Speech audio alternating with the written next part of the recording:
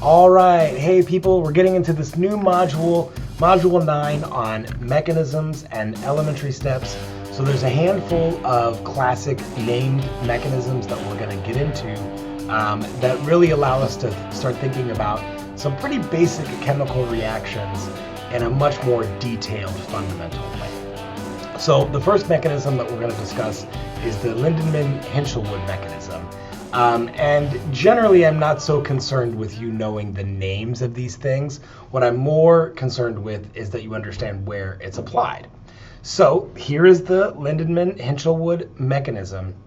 And this is specifically for thermal decomposition.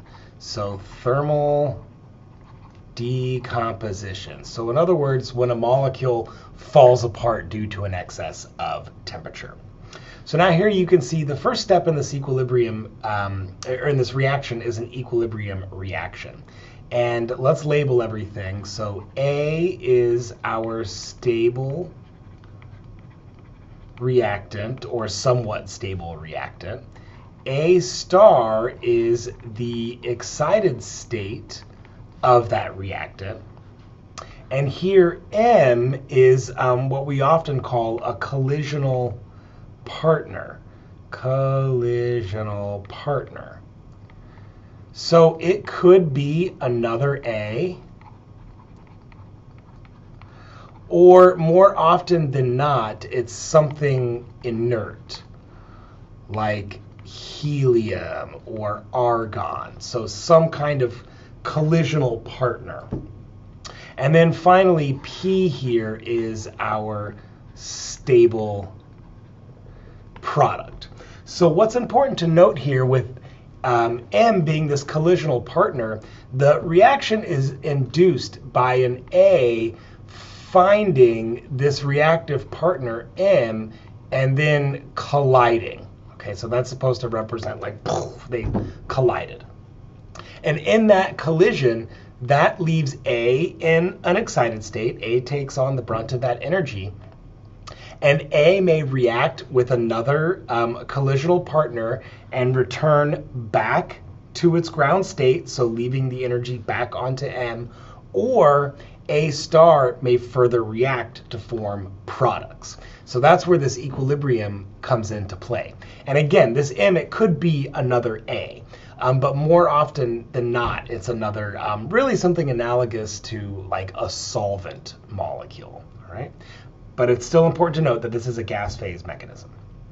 So if we start writing down the rate laws of everything, we come up with the following. So we could say dA by dt equals K1 times A times M. So that would be, that's a negative K1 times A times M. Or it could also be positive K minus 1 times A star times M. So that's one of our rate laws.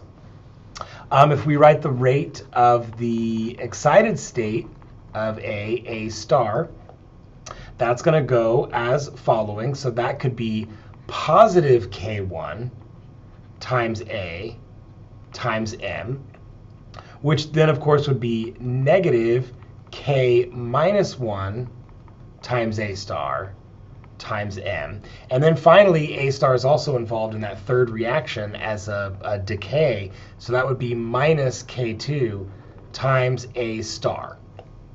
And if we continue on now and write the rate of product dP by dt, that is going to equal only K2 times A star. And so what's important to recognize here is this is a very good place where we can use the steady state approximation, SSA, steady state approximation. And what that allows us to do is to come up with an expression for A star, because we would be really hard pressed to measure the concentration of this excited state in time. So we can take advantage of the steady state approximation. Doing the algebra here, we get the following. So A star equals, I'm just going to do the algebra directly. So write the production of A star is constant. So rearranging this algebraically, we get the following. That's going to go K1 times A times M. So I left everything over there. Add it over to this side and then divide out. Okay. So then we'll divide that out now by K minus 1 times M plus K2. So now that becomes our expression for A star. And we can now plug that in to dP by dt. And this allows us to write the rate of product formation in terms of things that we can easily measure.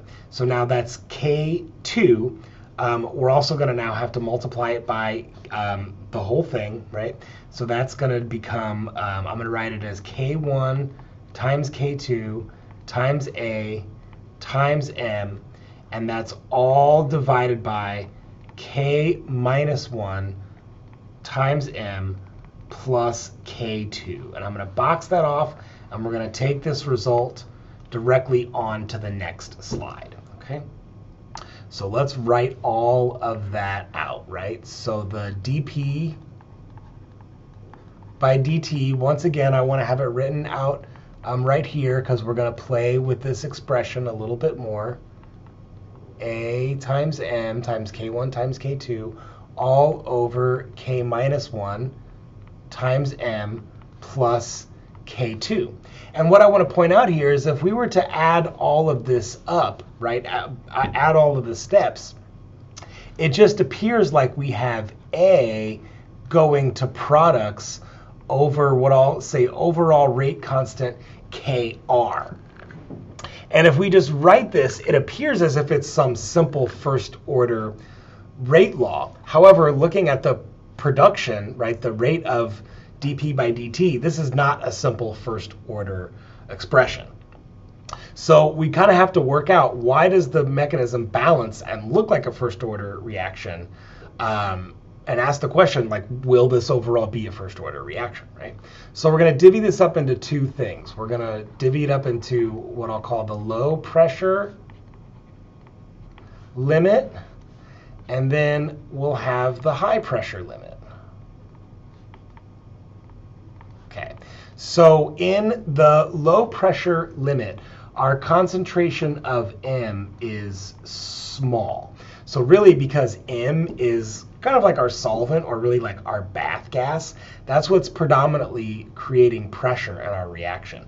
So typically M would be very large and A would be very small, much like a solute solvent situation. In the high pressure limit, M is large. Okay, so what does that mean for us? Well, if we think about all of our competitive rates, and particularly the rate between K minus 1 and K2. So the reverse reaction going back, we call that an inhibition step, or K2, a production step, right? So that production step goes as K2 times A star, so that was the rate of production of product, and then our inhibition step is K minus 1 times M times A star, right? This rate going back. And here, because M is small, this rate K2 times A star will be much, much larger in the low pressure limit. So in other words, if we look at now the denominator of this dP by dt, K minus 1 times M plus K2 is effectively just equal to K2, because once again, M is small. And the rate of production far exceeds the rate of inhibition.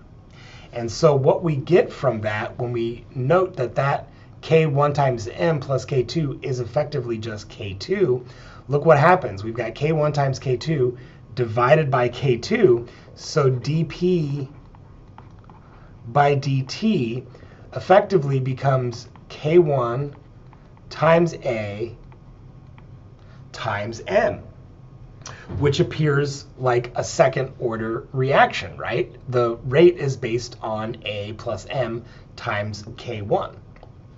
And of course, if M is large M here is small, so it's hard to say that it's constant. So we'll just stick with this right here, what we have, okay? So we'll box that off. The low pressure limit appears to be a second order reaction, right? Because we know K1 is a second order rate constant, and we've got an A times an M. Okay, so in the high pressure limit, the opposite is true. So in other words, K minus 1 times M times A star is much greater than K2 times A star.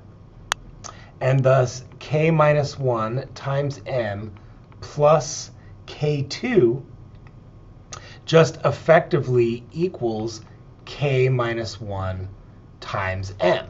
All right? So what we end up then is the following in our denominator. That goes as dP by dt. And now we're ignoring K2. And what we're left with is K1 times K2 divided by K minus 1. And you can see the M and the M will cancel. So we get K1 times K2 all over K minus 1 all times A. And so as it turns out now, in this high pressure limit, we get this totally different rate law. And if we inspect the units of this carefully, we can see K1 is a second order rate. K minus 1 is also a second order rate, so the units for that cancel. K2 is a first order rate, so this looks like a first order reaction overall. And the combination of all of those rate constants, K1 times K2 divided by K minus 1, becomes the first order rate constant that we got from balancing the mechanism. Okay, and the final thing to talk about in this Lindenman-Hinchelwood mechanism is how we can tease out where those deviations occur. So once again, dP by dt, we said all of that equals K1 times K2 times A times M, all divided by K minus 1 times M plus K2.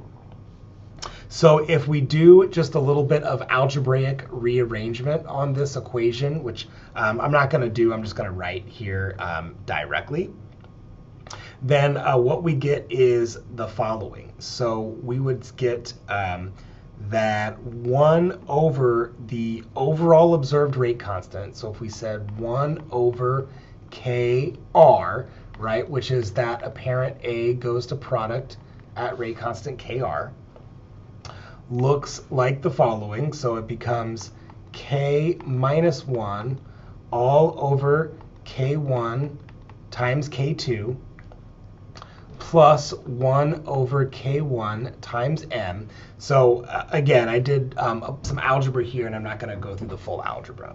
But what I want to show here is now if we take a plot of 1 over K, and that's specifically 1 over KR, the apparent rate constant for the overall process. And we plot it versus 1 over concentration, 1 over K versus 1 over R. Then we can tease out where the high pressure limit and the low pressure limit starts. So because that's 1 over concentration, our low pressure limit goes this way, and our high pressure limit goes this way. And what you can see right there is we would predict a straight line from the low pressure limit, okay? But as you can see, what happens is right where it deviates from that straight line, that's where we're getting that difference, where the reaction flips from being a second order reaction to a first order reaction. Okay? And this is a pretty universal mechanism when it comes to decomposition. So it doesn't just have to be first order decomposition. A similar mechanism ensues when we have reactants colliding and then could possibly go into this excited state where they're inhibited and return back to their initial state, or where that excited state can then take them on to the final stable product. Okay, we'll keep exploring mechanisms similar to this in the coming videos. I'll see you then.